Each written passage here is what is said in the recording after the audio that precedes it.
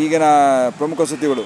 ಈಗ ಭೂಗತ ಬದುಕಿ ದಾವೂದ್ ಧರ್ಮ ಆಪ್ತ ಸಲೀಂ ಡೌಲನ್ನ ಅವನು ಡ್ರಗ್ಸ್ ಪೆಡ್ಲರು, ಅವನು ಟರ್ಕಿಲಿ ಅರೆಸ್ಟ್ ಮಾಡಿ ಭಾರತಕ್ಕೆ ಕರೆತರಲಾಗ್ತಿದೆ.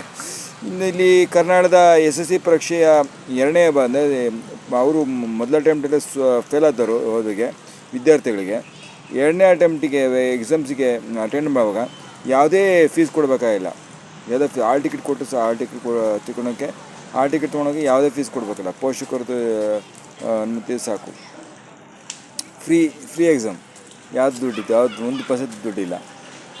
ಶಿಕ್ಷಣ ಸಚಿವ ಮಧು ಬಂಗಾರಪ್ಪರು ಆಫರ್ ಕೊಟ್ಟಿದ್ದಾರೆ. ಆಫರ್ಗಳು ಲಾಸ್ಟ್ ಇಯರ್ ಕೊಟ್ಟಿದ್ದರು, ಈ ವರ್ಷ ಆಫರ್ ಕೊಟ್ಟಿದ್ದಾರೆ.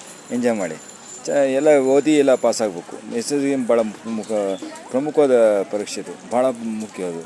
ಯಾರು ನೆಗ್ಲೆಕ್ಟ್ ಮಾಡೋದು, ನಿರ್ಲಕ್ಷ್ಯ ಮಾಡೋದು. ದಯವಿಟ್ಟು ಎಲ್ಲರೂ ತಪ್ಪದೆ ಓದಿ ಪಾಸಾಗಬೇಕು, ಉತ್ತಮ ಅಂಕಗಳನ್ನು ಪಡೆದು. ಆಮೇಲೆ ಈಗ ರಾಜ್ಯದಲ್ಲಿ ನಾಳೆ ಇವತ್ತು 24 ಗಂಟೆಯಿಂದ ಮುಂದಿನ 24 ಗಂಟೆಯಲ್ಲಿ ಕರಾವಳಿ ಮತ್ತು ಮಲೆನಾಡು ಭಾಗದ ಜಿಲ್ಲೆಗಳಲ್ಲಿ ಗುಡುಗು ಸಹಿತ ಭಾರಿ ಮಳೆ ಬರುತ್ತೆ. ಅದು ಒಳ್ಳೆಯದೇ, ಯಾಕೆಂದರೆ ಮಳೆ ಬಂದರೆ ಸ್ವಲ್ಪ ನದಿಗಳು ತೋರ್ಕೊಂಡು ಬಯಲುಸೀಮೆಗೆ ಬರ್ತವೆ. ಒಳ್ಳೆಯದು ಅದು. ಅದೇ ತುಂಗಭದ್ರಾ ಭದ್ರನೇ ತುಂಬಿದರೆ ಇಲ್ಲಿ ಬಯಲುಸೀಮೆ ನೀರು ಬರುತ್ತೆ ಕುಡಿ ನೀರಿಗೆ. ಅದು ಒಳ್ಳೆಯ ಸಮಾಚಾರ. ಗುಡುಗು ಸಹಿತ ಧಾರಾಕಾರ ಮಳೆ ಬರುತ್ತೆ. ಆಮೇಲೆ ಕೆಲವು ಜಿಲ್ಲೆ ಬರುತ್ತೆ ಮಳೆ. ಆಮೇಲೆ ಈಗ ಬಿಸಿಲ ಪ್ರಮಾಣ ಕೆಲವು ಜಿಲ್ಲೆಯಲ್ಲಿ ಜಾಸ್ತಿ ಇದೆ. ಎಷ್ಟು ಕಲಬುರಗಿಲೆಲ್ಲ 42 ಇದೆ, ಒಬ್ಬರು ಸತ್ತೋಗಿದ್ದಾರೆ. 44 ಡಿಗ್ರಿ ಕಲಬುರಗಿ, 44 ಡಿಗ್ರಿ ಸೆಲ್ಸಿಯಸ್ ಒಬ್ಬರು ಸತ್ತೋಗಿದ್ದಾರೆ ಬಿಸಿಲಿನ ತಾಗಿಗೆ. 40 ಡಿಗ್ರಿ ಎಬೋ ಆದರೆ ಪ್ರಾಣಕ್ಕೆ ಸಂಚಕರ. ಆಮೇಲೆ ಉತ್ತರ ಭಾರತದಲ್ಲಂತೂ ಹೇಳಿದ್ನಲ್ಲ, ರಾಜಸ್ಥಾನ, ಪಂಜಾಬ್, ಹರಿಯಾಣ, ಮಧ್ಯಪ್ರದೇಶ, ಬಿಹಾರದಲ್ಲಿ 42 ಡಿಗ್ರಿ ಸೆಲ್ಸಿಯಸ್ ಇದೆ. ಅಲ್ಲೆಲ್ಲ ಪ್ರಾಣಕ್ಕೆ ಅಪಾಯ. ಈ ವರ್ಷ ಎಲ್ಲಿನೂ ಇರೋದ್ರಿಂದ ಮುಂಗಾರು ಮಳೆ ಭಾಳ ಕಡಿಮೆ ಇರುತ್ತೆ. ಹಾಗಾಗಿ ಆಹಾರ ಉತ್ಪಾದನೆ ಮಳೆಯಲ್ಲಿ ಅಂದರೆ ಹಿಂಗೆ ಬೆಳೆಯುತ್ತೆ ಬೆಳೆ.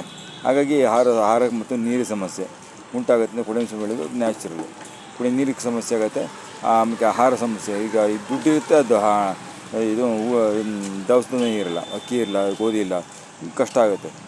ದೇಶ ಮತ್ತು ಆಹಾರ ಸಂಕಷ್ಟಕ್ಕೆ ಹೋಗಿದೆ. ಈಗ ಹೋಗ್ಬಿಟ್ಟಿದೆ. ಆಗಲೇ ಹುಷಾರಿರಬೇಕು. ನೀರನ್ನು ಸ್ವಲ್ಪ ಹಿತಮಿತ ಬಳಸಬೇಕು.